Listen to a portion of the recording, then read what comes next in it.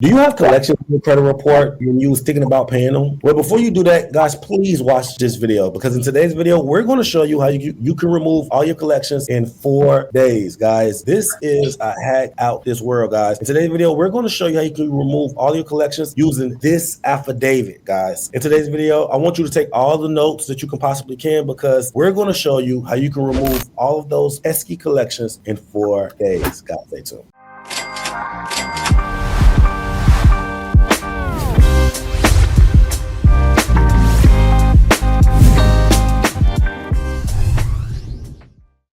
Welcome back to the channel, guys. If you're new to the channel, I'm Credit Coach Q, and this is my lovely co-host. Hi, guys. I am Tina Talks Credit, and I'm super excited about this episode.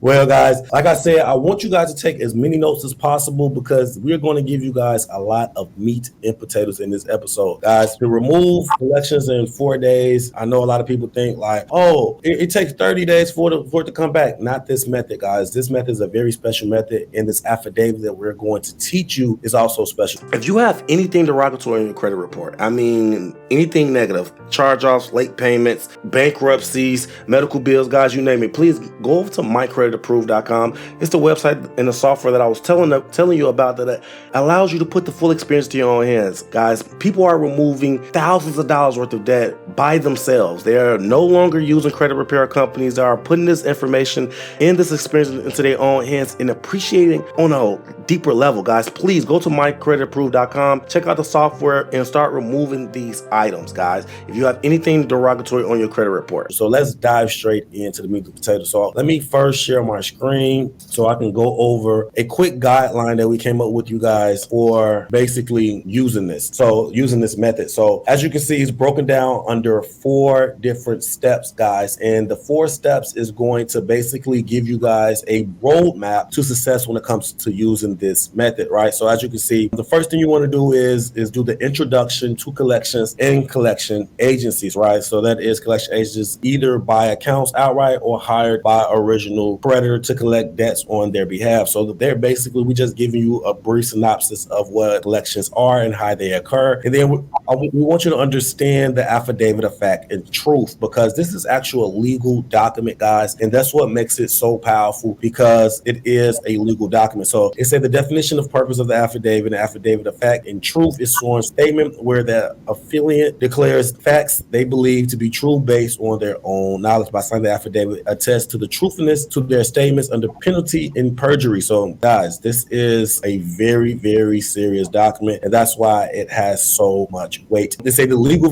validity of the affidavit is accepted as true until the challenge or proven false. So a lot of collections don't get removed or they end up coming back. It's because the merit of truth is not attached to the method that they use to dispute it. So if they are using, a simple method where, you just dispute using, I don't know, what is the simple method you can use to dispute?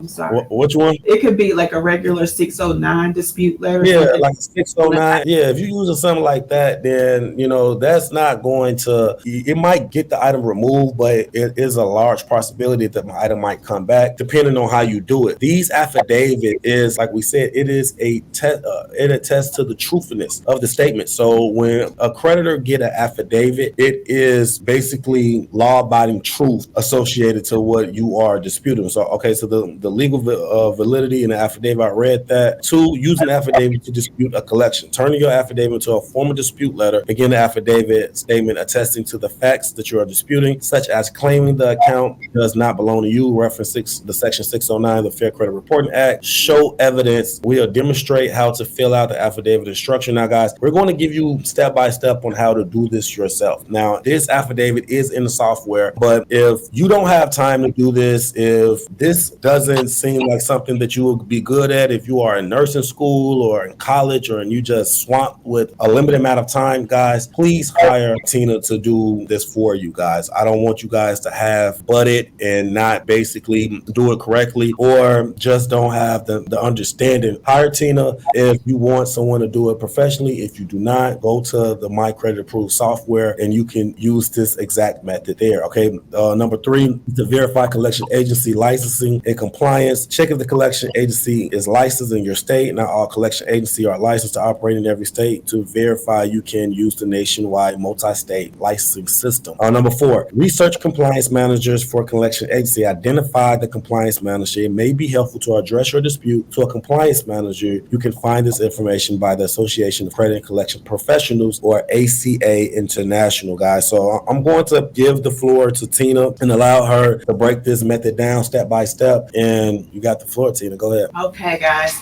So first, I want to start off by showing you guys the affidavit of fact and truth that I have turned into a 609 dispute letter. So that is powerful. That is super powerful. Okay, guys. So here is the affidavit. Now, what the affidavit does is it serves as the truth until or unless someone trumps it with another affidavit. So collection agencies are just not going to do that because they're third party and they don't have any information on you as far as signed documentation. So you don't really have to worry about them refuting this affidavit. So I wanted to show you the affidavit real quick. So of course, here's your name. You're the plaintiff. The collection agency is going to be the defendant. And the affidavit is going to start off something like this. And like Q said, it's in his software, so you won't have any issues if you want to get your hands on this affidavit. So in the affidavit, it's going to list the account number, and even the amount that's owed. Now, what makes this affidavit an actual dispute letter is going to be the 609 verbiage that's going to be here in the affidavit, along with other Fair Credit Reporting Act sections.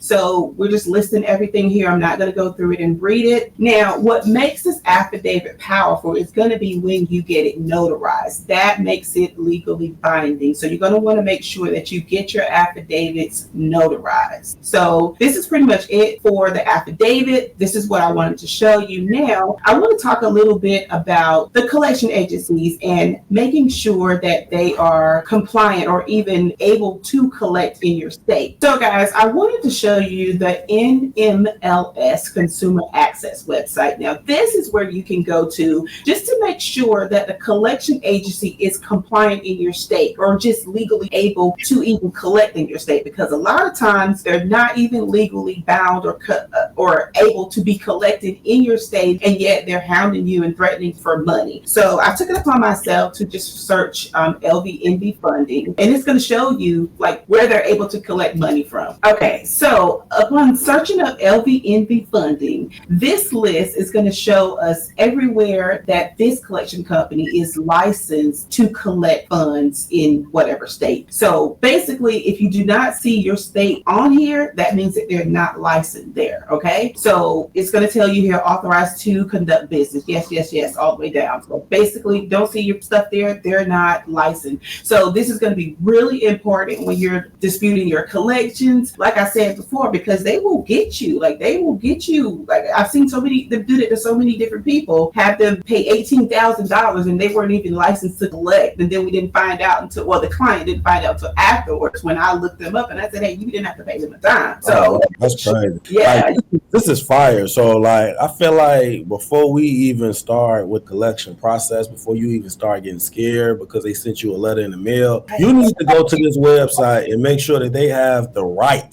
to collect in your state. Man, that is fire. And guys, like I said, I hope you're taking notes because you're going to miss it if you don't. All right, go ahead. I'm sorry. Go ahead. Yeah, and even here on this website, if you need to complain against them, you can submit a complaint here as well. But that's not what we're going to do today. I don't dispute through this website. So the next thing I want to show you guys is the ACA International website. Now, this website is going to be where you're going to go to look for the not the credit bureaus, but the collection agencies, compliance managers. Now, this is like a little key, that little jewel that I kind of keep in my back pocket that I use when disputing collections, even charge-offs. sometimes. So every company has a compliance manager, be it in-house or they hire out compliance managers. So to find a compliance manager on this website, you're just going to hover over membership, go to membership directory, and then click on company directory. Okay, so I'm just going to look up like Wakefield. Okay, so here is Wakefield and Associates. And if you've had collections, you know that Wakefield and Associates, they're a pretty big company. So that's why I chose to show you them. So they have a compliance manager. And as soon as you search them up, it's going to tell you the name, the mailing address, the telephone number. Sometimes it even shows the email address of the compliance manager.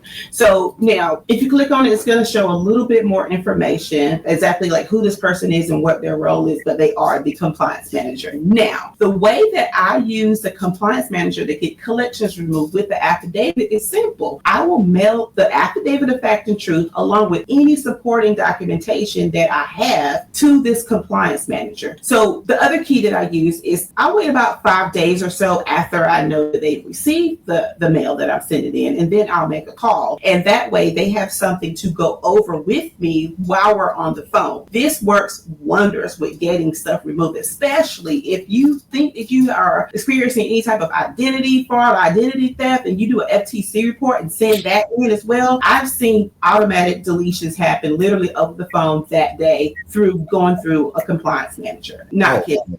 Oh my God, that is gold, man. Like going through the compliance manager is next level. That is next level, Tina. Seriously. He is the guys, like seriously. That's why I brought her on the channel. I know I'm Credit Coach Q, but man, she is the GOAT of credit, man. This is next level stuff, even by my standard. So, man, like just watching her work in her natural environment is just beautiful, man, because this is great work. This is great work, man. This is next level, guys. Well, the thing with the compliance managers is that their job is basically to make sure that the company is in compliance. They don't want the company getting sued, but also they want to make sure that the company is on the up and up. So basically it keeps the company in line, right? So that they don't get sued, if that makes sense. It is his responsibility to make sure everything is right. So if you go through him, you can't even, like, it's his job specifically to make sure that, you know, everything is lining up. So if you already sending him proof that it's not lining up, well, he automatically going to remove you because he have no other choice because you gave him everything he needs to do his job. Yeah, exactly. We do this a lot with people who are like trying to purchase a home and something's going on really fast. And